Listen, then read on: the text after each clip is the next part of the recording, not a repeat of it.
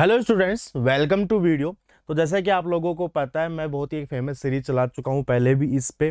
ठीक है, मैथ्स का पंचनामा है, माइंड मैप्स है, मीटिंग ऑफ माइंड्स है। ठीक है, उसके अंदर अपन बहुत ही तगड़े तगड़े सवाल करते हैं जो कि मैथ्स ओलंपियाड से इंस्पायर्ड होते हैं। ठीक है, उन्हीं पे बेस्ड कुछ क्वेश्चंस की सीरीज में अब चलाने वाला हूं, जिसमें आप लोगों को बहुत ही अमेजिंग क्वेश्चंस देखने को मिलेंगे, उनकी अप्रोच सीखने को मिलेगी, साथ ही साथ आपको कॉन्सेप्ट सीखने को मिलेंगे कि कौन कौन सी चीजों को कैसे कैसे उस प्रॉब्लम में अप्लाई किया जा सकता है। ठीक है बच्चों, तो ज्यादा डिले नहीं करते हैं, फटाफट से अपन क्वेश्चन नंबर 1 यहां पर देखते हैं। ठीक है बच्चों, तो आप लोगों को दिया हुआ फेवरेट टॉपिक है ज्योमेट्री।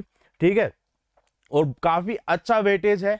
अगर अपन बात करें आईयूक्यूएम के अंदर या एनएमटीसी या फिर कोई भी मैथमेटिकल ओलंपियाड्स है, उसके अंदर ज्योमेट्री का काफी ज्यादा वेटेज होता है। ठीक है, यहां पे आपको बोला गया है इन ए ट्राइंगल एबीसी, एक ट्राइंगल है एबीसी। ठीक है, AC equals to 8 centimetre, BC equals to 72 centimetre, CD is angle bisector, A is altitude, BF is median. तो बच्चों के लिए अगर बात करें 9 10 की, ये तीनों ही चीजें नाइटमेयर होती हैं। सर एंगल बाइसेक्टर क्या होता है, मीडियन क्या होता है, ठीक है, बाय डेफिनेशन तो हम याद कर लेते हैं, बट यहाँ पे चीजें तीनों की अप्लाई होने वाली है। तो तीनों तरफ से एक एक चीज दे दी, एक तरफ से एंगल बाइसेक्टर दे दिया, एक तरफ से आप लोगों को एल्टीट्यूड दे दिया, एक तरफ से आपको मीडियन दे दिया। अच्छा, एक चीज का और ध्यान रख लेना, ये तीनों कॉन्करेंट है, वो लाइन में लिखना रह गया। तीनों कॉन्करेंट है, कॉन्करेंट है मतलब किसी एक पर्टिकुलर पॉइंट से ये पास हो रही है। ठीक है, if A equals to A upon B root C, where A and B are coprime, obvious सी बात है, जैसे अगर ये 4/5 है तो इसको अपन 8/10 नहीं लिख सकते हैं। ठीक है, और C is not a perfect square, अगर ये परफेक्ट स्क्वायर होगा तो अंडर रूट लगाने का कोई सेंस नहीं होगा। ठीक है, तो अपने को फाइंड आउट करना है A plus B plus C का वैल्यू। ठीक है, तो बच्चों फटाफट से एक काम करो, थोड़ी देर वीडियो को करो पॉज, क्वेश्चन को करो सोल्व, और देन उसके बाद में आप अपना आंसर मैच जरूर कीजिएगा और कमेंट सेक्शन में जरूर बताइएगा किस किस बच्चे का आंसर सही आया है। ठीक है, या फिर सॉल्यूशन देखने से पहले फटाफट से जाके पहले कमेंट करके आओ कि आंसर क्या है, देन आप कंपेयर करना मेरे सॉल्यूशन के साथ। ठीक है बच्चों, तो चलो शुरुआत करते हैं।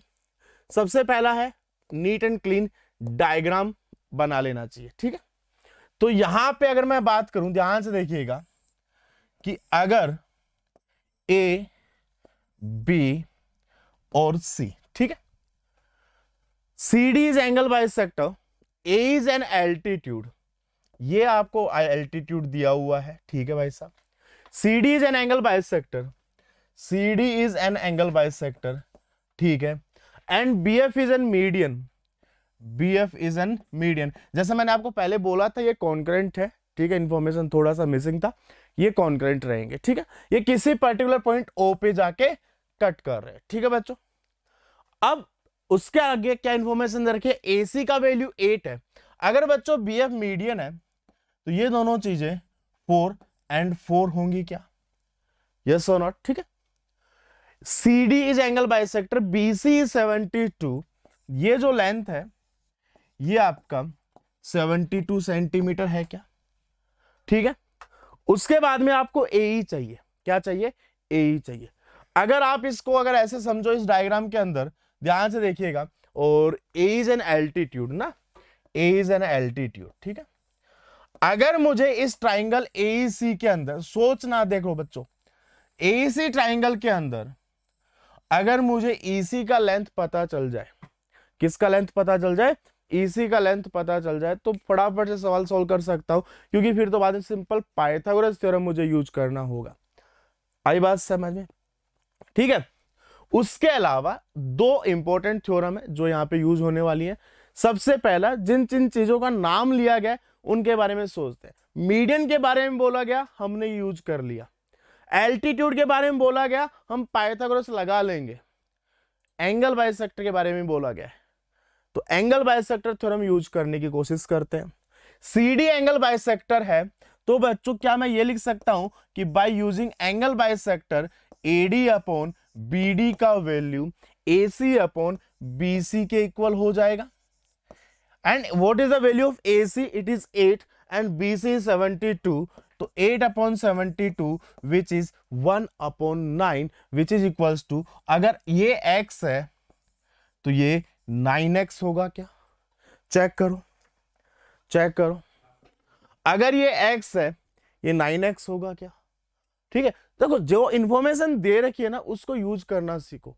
हमको मीडियन दिया था, हमने हाफ हाफ डिवाइड कर दिया। हमको एंगल बाइसेक्टर दिया था, हमने रेशियो निकाल लिया। हमको एल्टीट्यूड दिया हुआ है, हम पाइथागोरस थ्योरम यूज कर लेंगे। एक बहुत ही रेयर चीज इस डायग्राम के अंदर हुई है, इस प्रॉब्लम के अंदर है कि एक वर्टेक्स से एंगल बाइसेक्टर, एक वर्टेक्स से मीडियन और एक वर्टेक्स से आपका एल्टीट्यूड कॉनकरेंट है, किसी एक पर्टिकुलर पॉइंट पे जाकर मिल रहे हैं। तो एक इंपॉर्टेंट थ्योरम आती है सीवास थ्योरम, उसका यहां पे यूज होने वाला है बच्चों।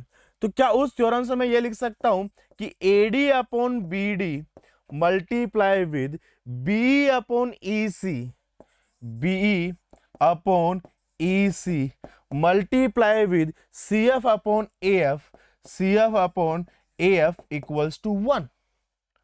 अब देखो AD upon BD I have already 1 upon 9, तो ये उधर चला जाएगा, 9 अपॉन 1 बन जाएगा। और ये तो वैसे भी 1 है, तो ये आ जाएगा BE upon EC equals to 9 upon 1। और हमें एक चीज और पता है बच्चों कि BE plus EC equals to 10 and 10y equals to 72। इसको ऐसा लिख सकता हूं ना, EC को लेट सपोज मैंने y ले लिया, ये मेरा 9y हो गया, तो 10y इक्वल टू 72, y का वैल्यू मेरा 7.2 हो जाएगा क्या? y का वैल्यू मेरा 7.2 हो जाएगा क्या? जब y का वैल्यू 7.2 आ गया, क्या मैं पाइथागोरस लगा सकता हूं? तो मैं लिख सकता हूं कि ए स्क्वायर, वापस चलते हैं, AC square minus EC square, AC square minus EC square ना, चेक कर लो एक बार यार। तो 8 स्क्वायर माइनस 7.2 स्क्वायर, तो ये बन जाएगा 8 स्क्वायर माइनस 72/10 का होल स्क्वायर, ऐसा ही कुछ बनेगा, चेक करो। अच्छा 8 स्क्वायर तो कॉमन ले लो, अंदर बचेगा 100 माइनस 81 डिवाइड बाय 100, तो क्या बचेगा 8 अपॉन 10 का होल स्क्वायर मल्टीप्लाई विद 19 बचेगा क्या? क्योंकि 100 माइनस 81 19 होता है। ये आपका ए स्क्वायर हो गया। तो यहां से अगर आप देखोगे ए का value 8 upon 10 is what 4/5, 4/5 root 19। ठीक है, तो ये ए बी और सी की वैल्यू आ गई, तो आंसर हो जाएगा 4 + 5 9, 9 + 19 28।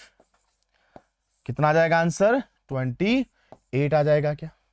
तो फटाफट से आप जाइएगा, चेक करो किस किस बच्चे का आंसर सही आया, ईमानदारी से सही बताना कमेंट करके। ठीक है, तो नेक्स्ट वीडियो में मिलते हैं एक बहुत ही मजेदार प्रॉब्लम लेके, तब तक के लिए बाय बाय।